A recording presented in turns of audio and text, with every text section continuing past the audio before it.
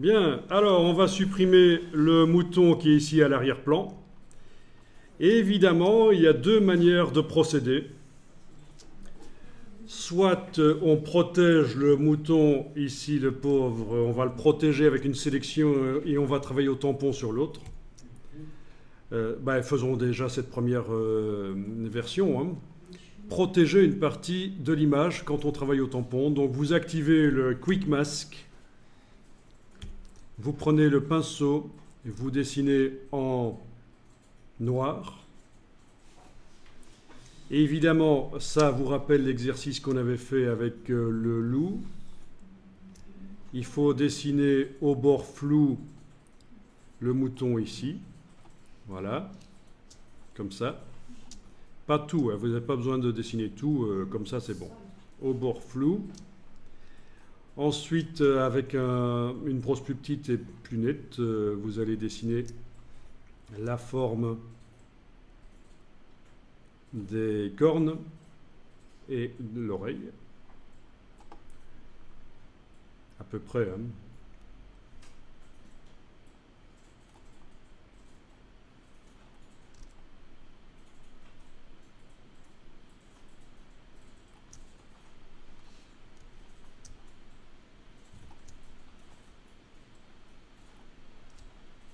Bon. Ah oui, pour ici, j'ai quand même intérêt à déborder, puis avec la touche X, je dessine en blanc par l'extérieur. Ben oui, quand vous devez faire des choses pointues comme ça, c'est plus facile de déborder. Et puis avec la touche X, on dessine en blanc par l'extérieur pour venir faire la forme de pointe. Voilà.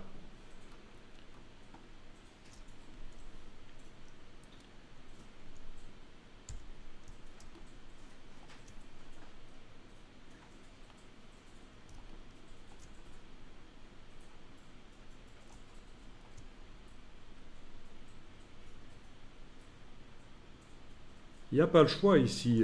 Comme ils sont l'un à côté de l'autre, pour en supprimer un, ça sera beaucoup plus facile si vous faites une sélection. Plutôt que d'essayer de tout faire au tampon sans faire de sélection. Pour bien définir la silhouette de la bestiole ici, ça va être mieux d'y aller en la protégeant avec une sélection. Donc.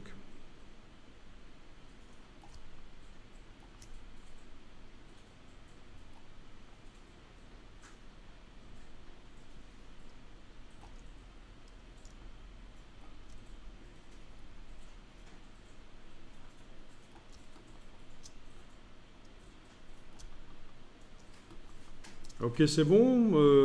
Quand c'est fait, vous désélectionnez le Quick Mask. Vous avez la sélection qui est là. On va la mémoriser. Sélection mémorisée, OK. Comme ça, elle est en tant que couche alpha dans la palette des couches. Elle va être intégrée au fichier. Je n'ai pas envie de recommencer cette sélection. Oui, parce que ça aussi, chez les stagiaires, on voit. Ils font des sélections et ils ne les mémorisent pas. Et à chaque fois qu'ils réouvrent l'image pour travailler dessus, ils refont la sélection. Non, il faut la mémoriser.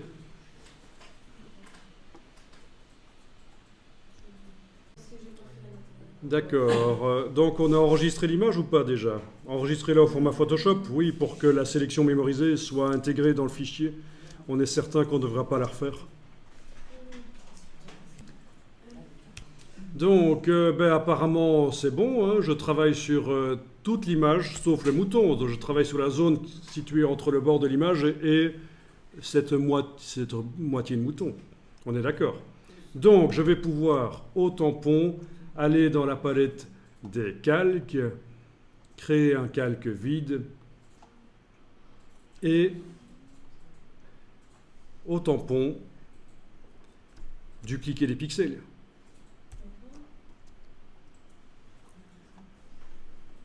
Alors essayons de dupliquer les pixels qui sont là sur le côté peut-être. Il ne faut pas que la brosse soit trop grande. Voilà. Ok. Je vais peut-être aller chercher des pixels ailleurs aussi. Peut-être sur la gauche du mouton de gauche. Pourquoi pas?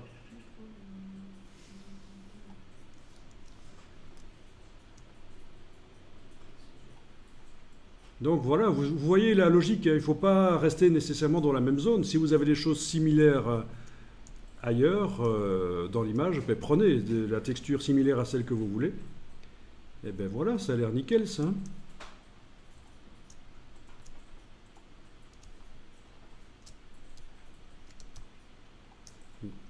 On va éviter les petites répétitions là quand même.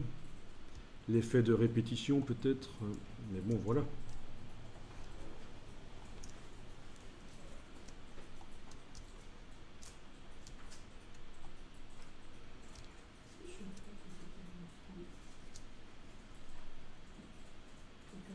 Et on peut désélectionner puisqu'on a mémorisé la sélection. Et voilà, vous avez 2 moutons. Ah, j'ai oublié les pattes. Annuler, désélectionner. Ben oui, j'ai oublié d'enlever la patte là. Ah ben oui, ben, c'est un mouton à 5 pattes. Tout ça pour en venir là. Eh oui. Alors ne faites pas, c'était pas fait exprès ça. Ça, un autre. Et le Sarkozy à 3 pattes, vous connaissez?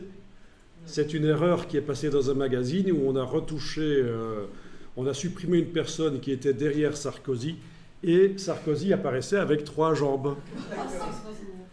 Et donc on en revient au problème, c'est qu'on a une vue d'ensemble sur les images, même nous qui manipulons les images, on a une vue d'ensemble et les erreurs, on ne les voit pas. Voilà, j'ai tapé dans Google Sarkozy avec 3 jambes. Et vous allez tomber sur les fameuses images où on voit Sarkozy avec 3 jambes.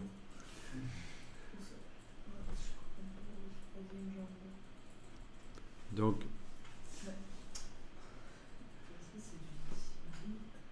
bon, ça ne se voit pas trop ici, mais en fait c'est quelque chose de bizarre parce qu'il y a une jambe là, voilà, avec personne derrière. Bon, vous avez des sites qui repèrent les erreurs comme ça. Hein. Vous avez ici la petite madame qui a 3 mains, visiblement.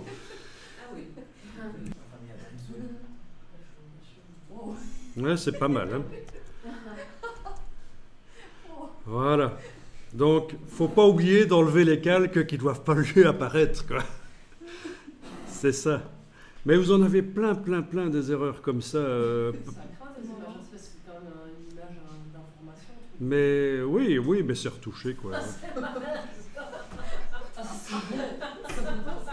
C'est drôle. Ah ben voilà, donc un monsieur qui a une main, donc c'est la famille Adams, il a une main qui traîne dans son jardin comme ça.